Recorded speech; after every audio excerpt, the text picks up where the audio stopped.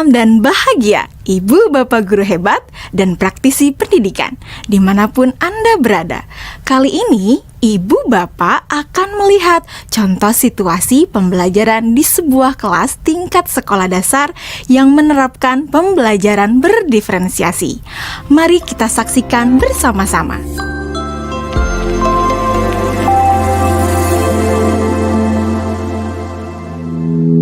Organ tubuh manusia.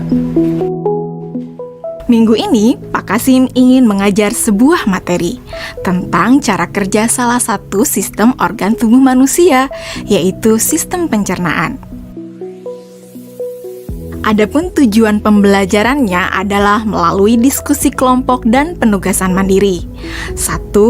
Murid dapat menjelaskan fungsi organ pencernaan pada manusia. Kedua, murid dapat membuat model dan menunjukkan cara kerja sistem pencernaan manusia. Sebelum pembelajaran dilakukan, biasanya saya akan melihat tujuan pembelajaran atau target apa yang akan saya capai pada hari itu.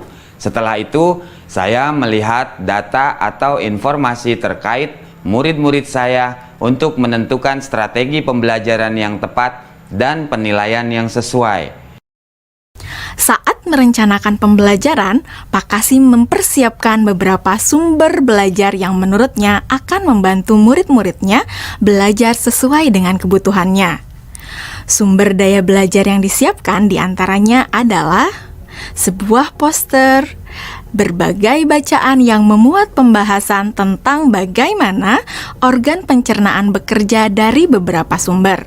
Ada yang berupa beberapa buku bacaan dengan tingkat kesulitan berbeda-beda, artikel sederhana, mengunduh sebuah video singkat yang sesuai dengan apa yang ia ingin anak-anak pahami, membuat kartu-kartu pertanyaan untuk membantu murid mengkonstruksi sendiri pemahaman mereka tentang cara kerja sistem organ pencernaan dengan menjawab pertanyaan. Sumber belajar yang beragam ini tentunya tetap sesuai dengan tujuan pembelajaran yang ingin dicapai, atau dengan kata lain mengimplementasikan diferensiasi konten.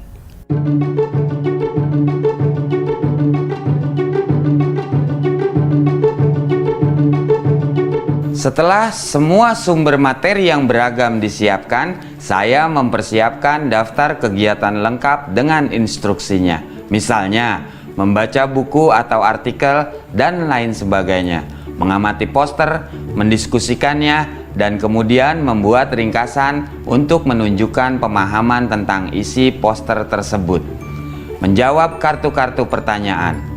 Aktivitas-aktivitas tersebut walaupun berbeda-beda, namun semuanya bertujuan agar murid memahami cara kerja sistem pencernaan. Assalamualaikum. Bagaimana kabar kalian? Waalaikumsalam. Baik, Pak.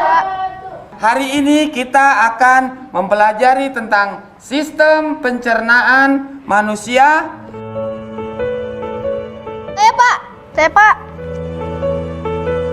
Di awal pembelajaran, Pak Kasim memberikan penjelasan kepada semua murid yang ada di kelasnya tentang tujuan pembelajaran dan konsep kunci yang ia ingin anak-anak kuasai. Lewat proses tanya jawab dan contoh-contoh, Pak Kasim memastikan bahwa murid-muridnya memahami apa yang dimaksud dengan sistem. Pak Kasim meminta murid-murid bekerja dalam kelompok. Untuk penugasan kali ini, Pak Kasim telah mengelompokkan murid berdasarkan tingkat kemampuan murid membaca. Hal ini karena tugas pertama yang harus dilakukan oleh setiap kelompok adalah membaca materi bacaan terlebih dulu.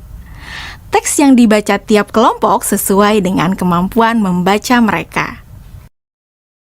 Selama proses murid melakukan kegiatan, saya mengobservasi dan memantau pemahaman murid-murid.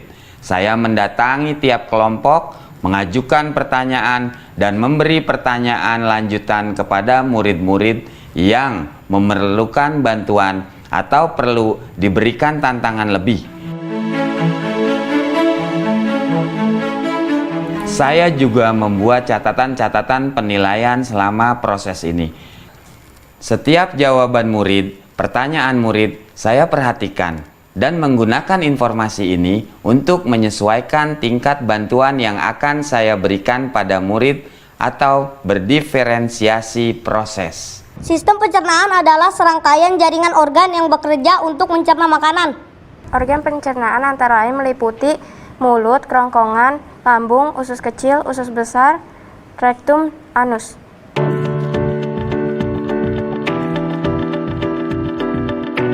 Sekarang silakan membuat model yang menunjukkan sistem kerja pencernaan manusia secara mandiri. Selama proses murid-murid membuat model sistem pencernaan, Pak Kasim berkeliling melihat pekerjaan murid untuk mengetahui sejauh mana pemahaman murid.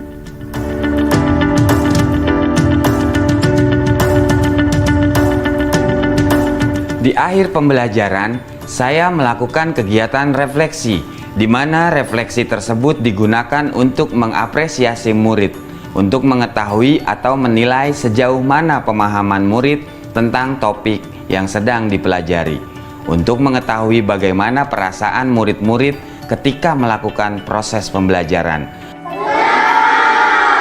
Agdas, Senang, Pak. Arjuna, Senang, Pak. dan tentunya semua ini dapat menjadi informasi bagi saya untuk mengembangkan proses pembelajaran selanjutnya. Ibu dan Bapak guru hebat, demikian video singkat salah satu contoh penerapan pembelajaran berdiferensiasi di jenjang sekolah dasar. Tetap semangat Ibu dan Bapak guru hebat, salam dan bahagia.